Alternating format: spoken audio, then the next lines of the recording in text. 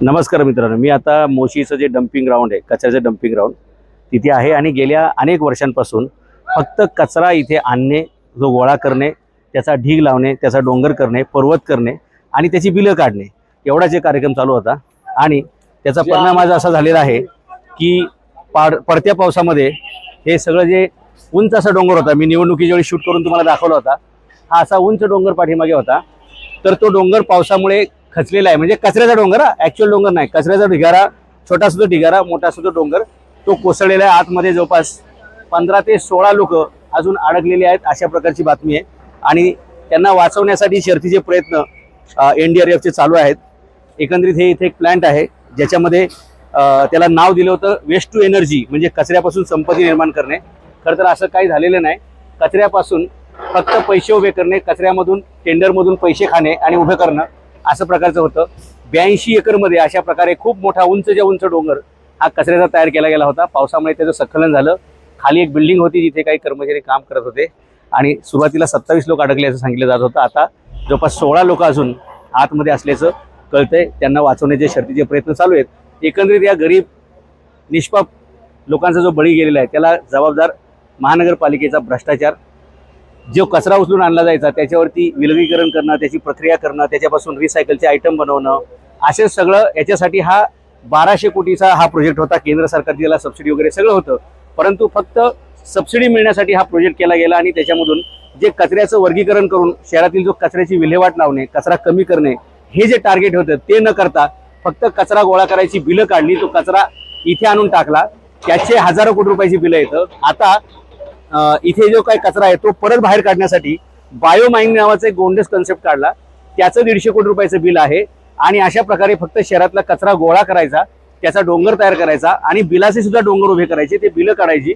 आणि अशा प्रकारे महानगरपालिकेचा जो पर्यावरण विभाग आहे, म्हणजे कचरा आणि पर्यावरण या दोघांच्या संगनमताने हा सगळा डोंगर तयार झाला। आणि त्या डोंगराखाली आता हे गरीब निष्पाप 15-16 लोक अडकलेले आहेत। त्यातले किती लोकांना वाचवण्यामध्ये यश मिळेल हे सांगता येत नाही, परंतु यांच्या मृत्यूला सदोष मनुष्यवधाचा गुन्हा दाखल केला पाहिजे, त्यांच्यावरती कारवाई केली पाहिजे। महानगरपालिका आणि ज्यांचा हा ठेका आहे, ज्यांच्याकडे हे कॉन्ट्रॅक्ट आहे, तुम्हाला धक्का बसेल मी नावं घेतली तर, याच्यामध्ये पर्यावरण अभियंता संजय कुलकर्णी, घनकचरा विभागाचे सगळे अधिकारी, आणि ज्यांनी हा डोंगर उभा केला ते खूप महाराष्ट्रातलं म्हणजे प्रचलित नाव आहे आणि कदाचित त्यासाठी ते प्रसिद्धी स्वतःची करून घ्यायचे। BVG इंडिया म्हणजे भारत विकास ग्रुप जो आहे, हनुमंत गायकवाड यांच्यावर सुद्धा याची जबाबदारी जाते, कारण त्यांच्या कंपनीला गेल्या अनेक वर्षापासून हा कचऱ्याचा ठेका आहे। कचरा खरं तर गोळा करणे, त्याचं विलगीकरण करणे, त्याचं रिसायकल करणे, रियूज करणे, त्याच्यापासून चांगल्या वस्तू बनवणे आणि कचरा साठवण केंद्र नाहीये, हे कचऱ्याचा ढिगारा उभा केलेला आहे। आणि आज पावसाने हा सगळा भ्रष्टाचार उघड पाडला आणि त्या भ्रष्टाचार उघड पाडताना मात्र 15-16 गरीब मजूर त्याच्यामध्ये अडकलेले आहेत, ते जगतील का नाही याची शाश्वती अजून सांगता येत नाही। NDRFचे शर्थीचे प्रयत्न चालू आहेत। एकंदरीत महानगरपालिकेचा भ्रष्टाचार जे माणसं उघड करू शकली नाही, नागरिक उघड करू शकले नाहीत, पत्रकार उघड करू शकले नाहीत, राजकीय लोक उघड करू शकले नाहीत, तो सगळा भ्रष्टाचार एका पावसाने उघड केलेला आहे। आणि हा कचऱ्याचा मोठा डोंगर तुम्हाला सांगतो, 82 एकरमध्ये हा डोंगर होता। आणि जसं अफगाणिस्तानमध्ये किंवा काश्मीरमध्ये किंवा वेगळ्या ठिकाणी उंच डोंगर असतात, तशा प्रकारचा 15-20 माळ्याची बिल्डिंग होईल एवढा उंच तो डोंगर होता। आणि तो पावसामुळे त्याचं स्खलन झालं। ते तुम्हाला थोडीशी ही दाखवतो, हे बघा, अजूनही हे सगळं प्लास्टिक बिस्टिक आहे, असं सगळं याच्या खाली जे इथे कचरा आणायचे पैसे, साठवायचे पैसे, परत इथून बाहेर काढायचे, बायो मायनिंगचे पैसे, असं सगळं नुसतं पैसे। म्हणजे या सगळ्या पैशांसमोर माणसाच्या आयुष्याचा कचरा झाला आणि त्या कचऱ्यामध्ये ही गरीब माणसं अडकलेली आहेत। 1200 कोटी रुपयाचं हे प्रोजेक्ट केंद्र सरकारचं अनुदान मिळण्यासाठी उभं केलं। खरं तर असं प्रोजेक्ट उभं राहिल्यानंतर कचरा 1 टन सुद्धा शहरामध्ये शिल्लक राहायला नाही पाहिजे, असं नियोजन पाहिजे होतं, पण तसं नाही। मी तुम्हाला सिंगापूरमधले व्हिडिओ दाखवले होते की कचरा उचलून घेऊन गेल्यानंतर त्याच दिवसामध्ये त्या कचरा जाळला जातो, त्याचं विलगीकरण होतं, त्याच्यापासून वस्तू बनवतात आणि नागरिकांना त्याच्या बदल्यात मोफत लाईट सुद्धा मिळली जाते। इथं या कचऱ्याच्या बदल्यात या गरीब मजुरांना मृत्यू मिळालेला आहे किंवा ते मृत्यूच्या दारामध्ये आहेत, अशा प्रकारची ही परिस्थिती आहे। महानगरपालिकेचा भ्रष्टाचार निसर्गाने उघडा केलेला आहे, पण त्यासाठी मात्र 15-16 मजूर कामगार त्याच्यामध्ये गरीब अडकलेले आहेत। आपण प्रार्थना करूया, NDRFच्या जवानांना सहकार्य करूया, पोलिसांना सहकार्य करूया आणि जास्तीत जास्त लवकर ह्या लोकांना कसं बाहेर काढता येईल यासाठीचे आपण सर्वांनी सोबत करूया आणि भविष्यामध्ये याच्यावर मी सिरीज बनवेलच, कारण पिंपरी चिंचवड महानगरपालिकेमध्ये सगळ्यात मोठा भ्रष्टाचार हा कचऱ्यामध्ये होत असतो.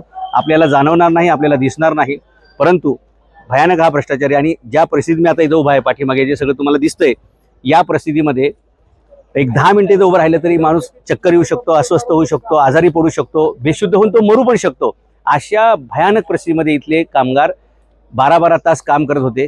त्यांना किती पगार दिला जात होता, कुठल्या सुविधा दिल्या जात होत्या का, मास्क दिले जात होतं का, त्यांना काय बाकीच्या बेनिफिट्स होते का, अजिबात काही नव्हतं. फक्त त्यांचं म्हणजे एखाद्या तुरुंगामध्ये किंवा एखाद्या कैद्यांचे जे हाल होतात त्याच्यापेक्षा जास्त हाल इथे कचरा डेपोमध्ये काम करणारे कामगारांचे होत होते. फक्त महानगरपालिकेचे अधिकारी ठेका देणे आणि ठेकेदारांनी फक्त ते कचरा गोळा करून फक्त बिलं काढणे, एवढाच कार्यक्रम इथं होता. आणि म्हणून तुम्हाला एवढं मोठं हे प्रोजेक्ट असताना सुद्धा तुम्हाला दाखवतो, हे 1200 कोटी रुपयाचं प्रोजेक्ट, त्याच्यावरती अनेक सबसिड्या लोकांनी लाटलेल्या आहेत, त्यातले अनुदान खाल्लेलं आहे. एवढं सगळं असून सुद्धा पिंपरी चिंचवड शहरातील कचरा मात्र काही हटत नाही. कारण कचरा हटवणे नाही तर कचरा निर्माण करणे हे महानगरपालिकेच्या अधिकाऱ्यांना हवं आहे. ठेकेदारांना कचरा जास्तीत जास्त उचलण्याचं बिल मिळालं पाहिजे. आणि जे नावाजलेली कंपनी आहे, मी मगाशी सांगितलेलं, ते तर कचऱ्यामध्ये माती मिक्स करायचे, जेणेकरून कचऱ्याचं बिल वजन वाढलं पाहिजे आणि वजन वाढून त्यांना बिलं जास्त मिळाली पाहिजेत. त्यामुळे या अपघाताच्या माध्यमातून आपण कचऱ्यातील भ्रष्टाचार आणि कचऱ्यातून लोकांचे काळ्याचे पांढरे करण्याचे उद्योग हे सगळे एक सिरीज चालू करेल मी. आणि तुम्हाला आश्चर्याचा धक्का बसेल, अशा प्रकारचे एक धक्कादायक अशा गोष्टी या कचऱ्यातून तुम्हाला बाहेर येताना दिसतील. परदेशामध्ये कचऱ्यापासून संपत्ती बनवतात, सोनं बनवतात. इथं मात्र फक्त कचऱ्यापासून बिलं बनवतात.